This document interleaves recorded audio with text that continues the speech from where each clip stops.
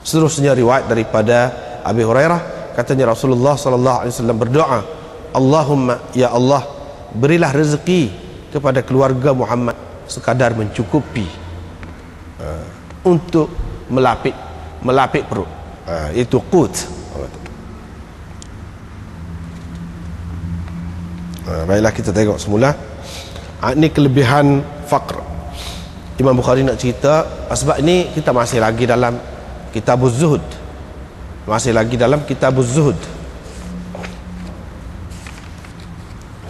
ataupun Kitabur Riqaq. Dalam kitab hadis ni dia sebut Kitabur Riqaq. Jadi dalam bab ni semuanya menjurus ke situ lah, pergi ke situ, pergi ke arah sedikit arah kurang dunia ni. Kalau dalam istilah kemudian ataupun ulama-ulama kemudian dia buat tajuk zuhud. Kalau Kitabur Riqaq ni sama dengan Kitabuz Zuhud. Jadi hak ni pun masuk dalam bab tu juga. Ada kelebihannya sendiri, ada kelebihannya yang tersendiri. Sebab tu kita tengok dalam bab ni semuanya ke situ, alah gitu belakang, iaitu kelebihan fakir, miskin.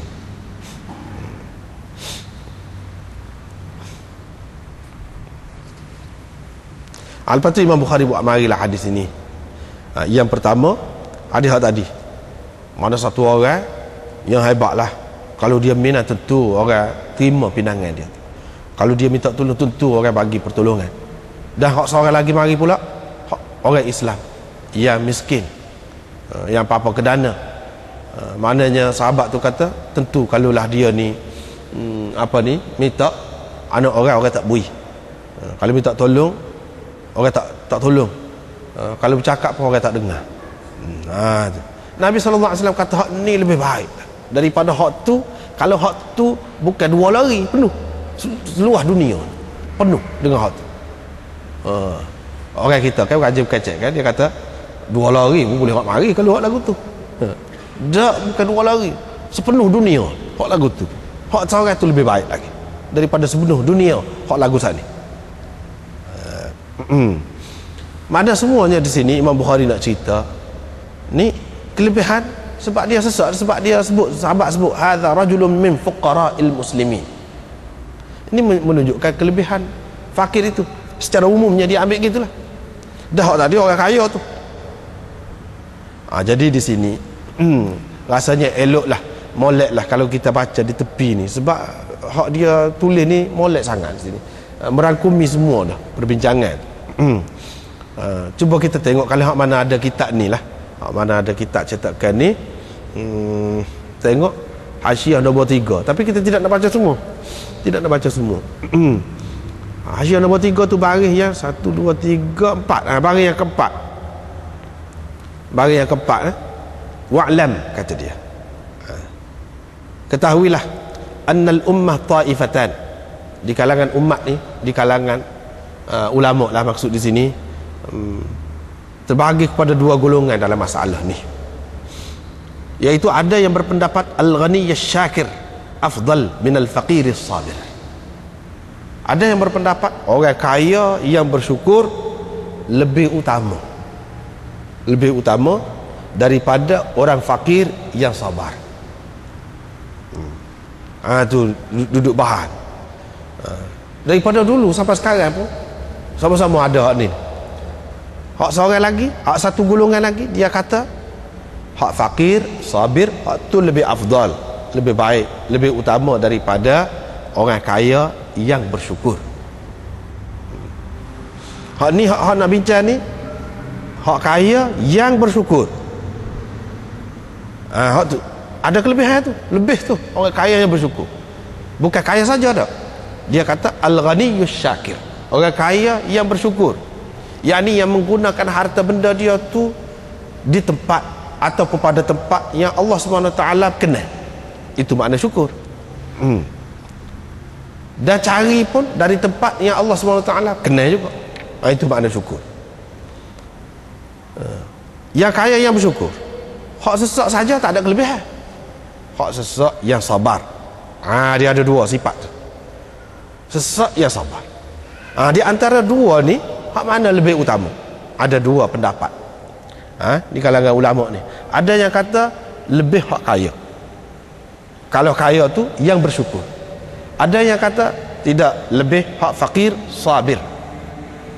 Kita tengok masing-masing hujah dia, masing-masing hujah dia. Golongan yang pertama yang mengatakan hak kaya tu lebih baik, bagaimana dia jawab dengan hadis-hadis ni? Ayat mari ni, hadis-hadis ni yang kita baca dah tadi. Mereka mengatakan dalam hadis-hadis tidak ada suatu dalil yang menunjukkan lebih afdal hak fakir tu lebih afdal hak sesak daripada hak kaya. Tak ada, terang, tak ada dalil yang terang. Hak sana hak Imam Bukhari buat mari semua ni, ini tidak terang bagi mereka, tidak terang. Kerana hadis Sahal ni hak sana lah, hak kita baca saat ni. Hadis Sahal boleh jadi ia memberi makna lebih baik dia tu kerana kelebihan yang lain, bukan kerana dia sesak tu maka dia baik daripada hak tu. Yang pertama tu sepenuh bumi, bukan hak yang pertama tu lebih baik hak ni lagi seorang dia. Boleh jadi kerana kelebihan lain. Di sini tak ada jelas disebutkan kerana dia sesak, tak jelas. Kebetulan dia sesak, dia Islam, hak yang pertama tu dia tidak Islam. Boleh jadi kerana Islam tu sendiri dia ni jadi lebih daripada hak tu. Kalau sepenuh bumi ni pun tak lebih hak ni lagi. Boleh jadi maksud dia gitu sini ni, tidak jelas. Cumanya sahabat kata hak ni orang Islam hak sesak, hak lalu hak yang kedua ni orang Islam hak sesak. Kebetulan kalau hak kaya pun lebih dia daripada hak lain, daripada kafir. Itu maksudnya. Tidak jelas di sini kerana sesak dia tu jadi lebih daripada hak kafir. Tidak, tak jelas.